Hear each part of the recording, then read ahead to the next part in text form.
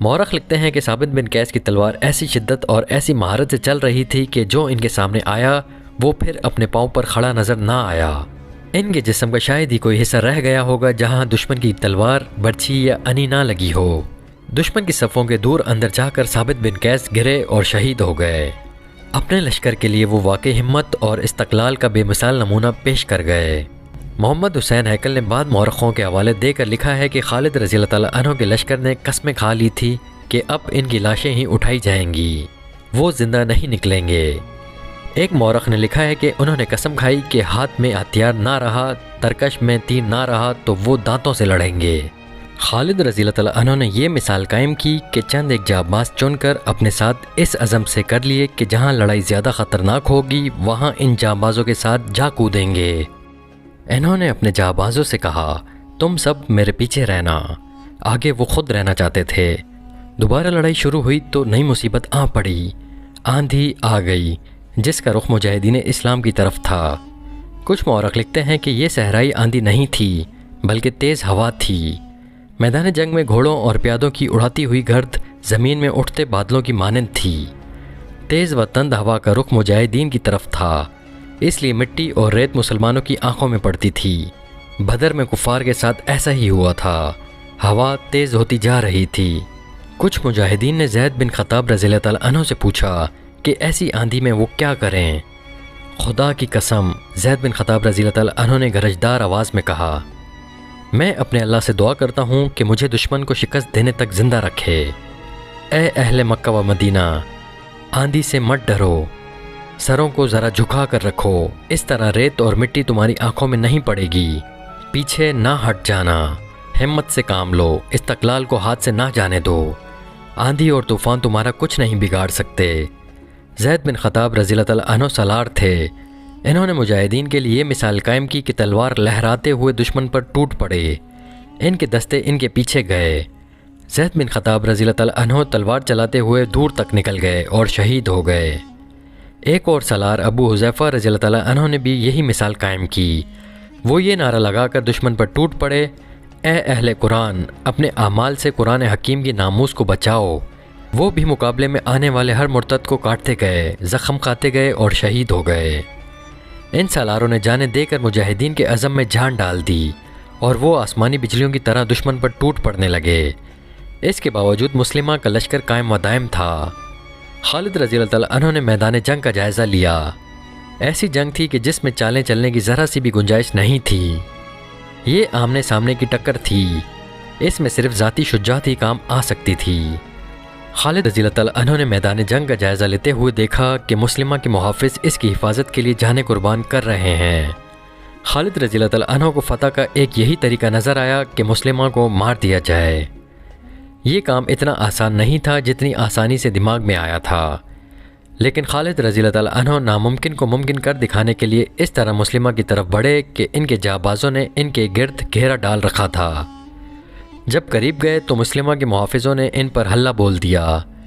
خالد رضی اللہ تعالیٰ عنہ کے قریب جو آیا وہ زندہ نہ رہا، مگر مسلمہ تک پہنچنا ممکن نظر نہیں آتا تھا۔ خالد رضی اللہ تعالیٰ عنہ کے جانبازوں نے اپنی ترتیب بکھرنے نہ دی۔ ایک موزوں موقع دیکھ کر خالد رضی اللہ تعالیٰ عنہ نے اپنے جانبازوں کو مل کر حلہ بولنے کا حکم دے دیا۔ خالد رضی اللہ تعالیٰ عنہ خود بھی حلے میں شریک ہو گئے۔ کچھ محافظ پہلے ہی مر چکے تھے یا زخمی ہو کر تڑپ رہے تھے۔ خالد رضی اللہ تعالیٰ عنہ کے جانبازوں کا حلہ اتنا شدید تھا کہ مسلمہ کے محافظ بوکھلا گئے۔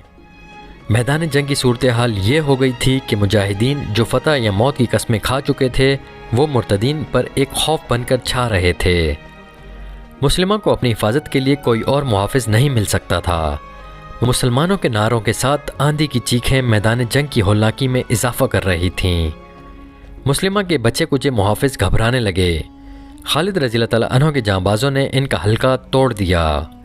یا نبی، کسی محافظ نے کہا، اپنا معجزہ دکھاؤ، اپنا وعدہ پورا کر ہمارے نبی۔ ایک اور محافظ نے کہا، تیرا وعدہ فتح کا تھا۔ مسلمہ نے موت کو اپنی طرف تیزی سے بڑھتے دیکھا تو اس نے بلند آواز سے اپنے محافظوں سے کہا، اپنے حسب و نسب اور اپنی ناموس کی خاطر لڑو، اور وہ بھاگ اٹھا۔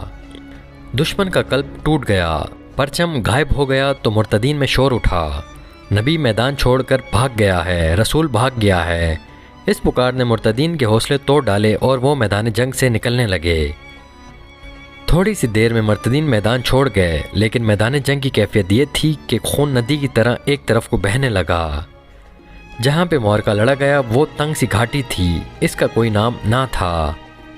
اس معرکے نے اسے ایک نام دے دیا، یہ تھا شعیب الدم، جس کے معنی ہیں خونی گھاٹی۔ دونوں لشکروں کا جانی نقصان اتنا زیادہ ہوا کہ میدان میں لاشوں کے اوپر لاشیں پڑی تھیں۔ زخمی تو ہزاروں کی تعداد میں تھے۔ مسلمان کے لشکر کا جانی نقصان اس کی تعداد کی زیادتی کی وجہ سے زیادہ تھا۔ مسلمانوں کا جانی نقصان بھی کچھ کم نہ تھا۔ کئی زخمی گھوڑے بے لگام ہو کر لاشوں اور زخمیوں کو روند رہے تھے۔ انہوں نے کئی اچھے بھلے آدمیوں کو کچل ڈالا۔ مسلمہ کا لشکر جب بدل ہو کر بھاگا تو مجاہدین ان کے تعاقب میں گئے۔ مسلمہ کا ایک سالار محکم بن طفیل اپنے لشکر کو پکار رہا تھا، بنو حنیفہ باغ کے اندر چلے آؤ، انہیں اب باغ میں ہی پناہ مل سکتی تھی۔ اس باغ کا نام حدیقۃ الرحمن تھا، جو وسیع و عریض تھا۔ اس کے ارد گرد دیوار تھی۔ مسلمہ اس باغ میں چلا گیا تھا۔ باغ میدان جنگ کے بالکل قریب تھا۔ مسلمہ کے لشکر کے بچے کچھ آدمی بھی اس میدان میں داخل ہو گئے۔ جب مجاہدین باغ کے قریب پہنچے تو باغ کے دروازے بند ہو چکے تھے۔ مورخین کے مطابق باغ میں پناہ لینے والے مرتدین کی تعداد 7000 تھی۔ خالد رضی اللہ تعالیٰ عنہ گھوڑا دوڑاتے باغ کے ارد گرد گھوم گئے۔ انہیں اندر جانے کا کوئی راستہ نظر نہ آیا۔ اندر جانا ضروری تھا، مسلمہ کو قتل کرنا تھا کہ یہ فتنہ ہمیشہ کے لیے ختم ہو جائے۔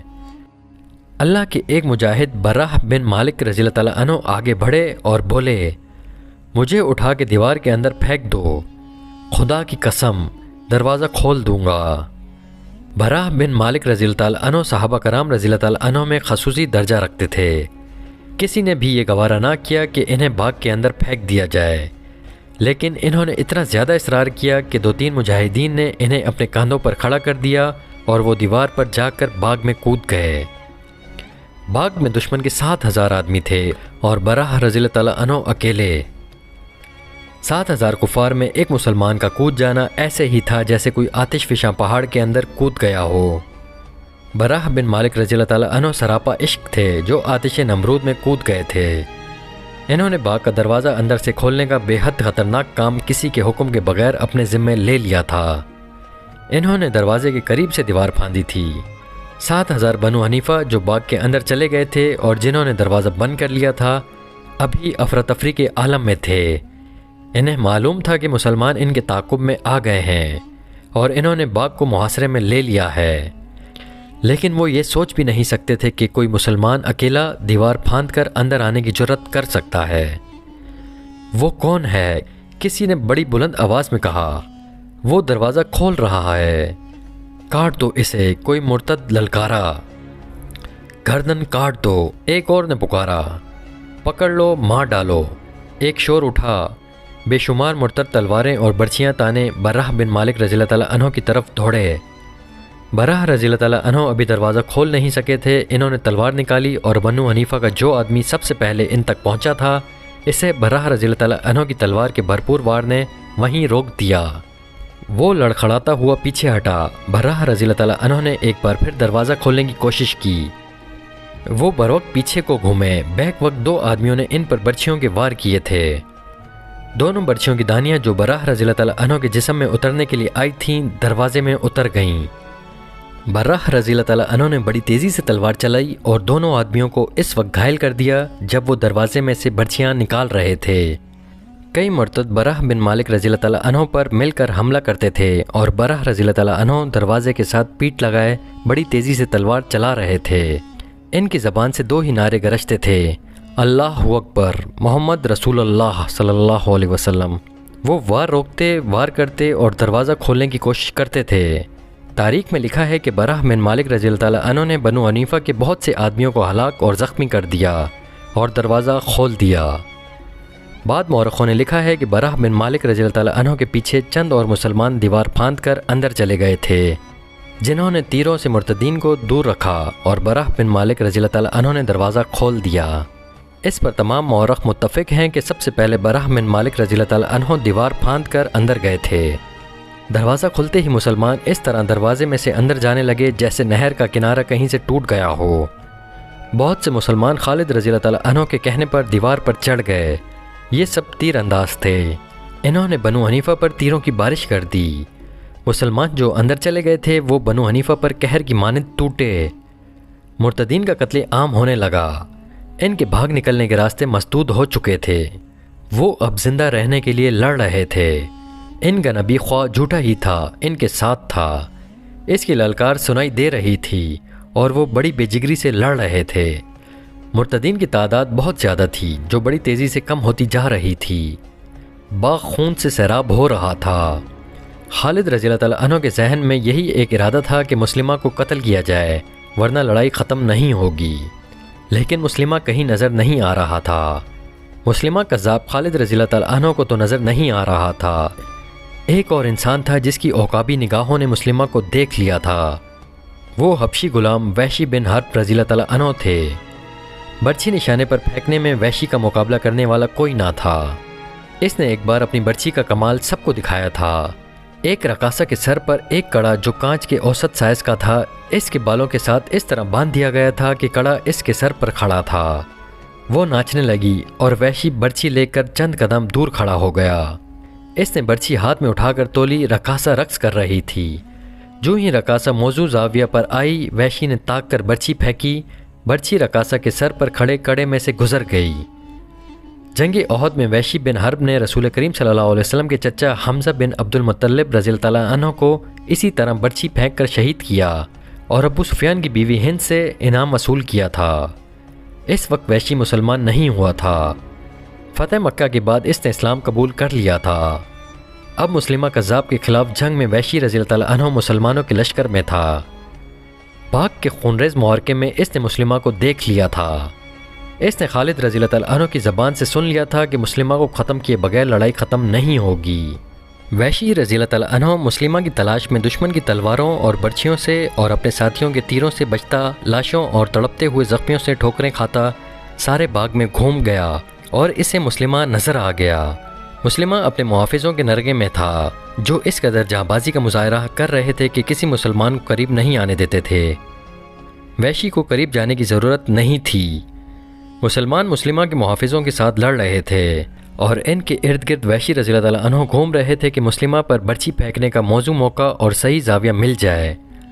اسے ایک موقع مل گیا، لیکن اس کے راستے میں ایک خاتون ام عمارہ رضی اللہ تعالیٰ عنہ آ گئیں۔ وہ بھی مسلمہ تک پہنچنے کی سعی کر رہی تھیں۔ وہ اپنے بیٹے کے ساتھ تھیں۔ وہ مسلمہ کے محافظوں کا حصار توڑنے کے لیے آگے بڑھیں تو ایک مرتد کی تلوار نے انہیں روک لیا۔ ام عمارہ رضی اللہ تعالیٰ عنہ نے اپنی تلوار سے اسے گرانے کی بہت کوشش کی، لیکن مرتد کی ایک وار نے ام عمارہ رضی اللہ تعالیٰ عنہ کا ایک ہاتھ صاف کاٹ دیا۔ ان کے بیٹے نے تلوار کے ایک ہی وار سے اس مرتد کو مار گرایا اور یہ مجاہد اپنی ماں کو ساتھ لے گیا۔ وحشی رضی اللہ تعالیٰ عنہ کو موقع اور زاویہ مل گیا۔ اس نے برچھی کو ہاتھ میں تولا اور تاک کر پوری طاقت سے برچھی مسلمہ پر پھینکی۔ برچھی مسلمہ کے پیٹ میں اتر گئی۔ اس کے ہاتھوں نے برچھی کو پکڑ لیا، لیکن برچھی اپنا کام کر چکی تھی۔ مسلمہ کے ہاتھوں میں برچھی کو پیٹ سے نکالنے کی سکت نہیں تھی۔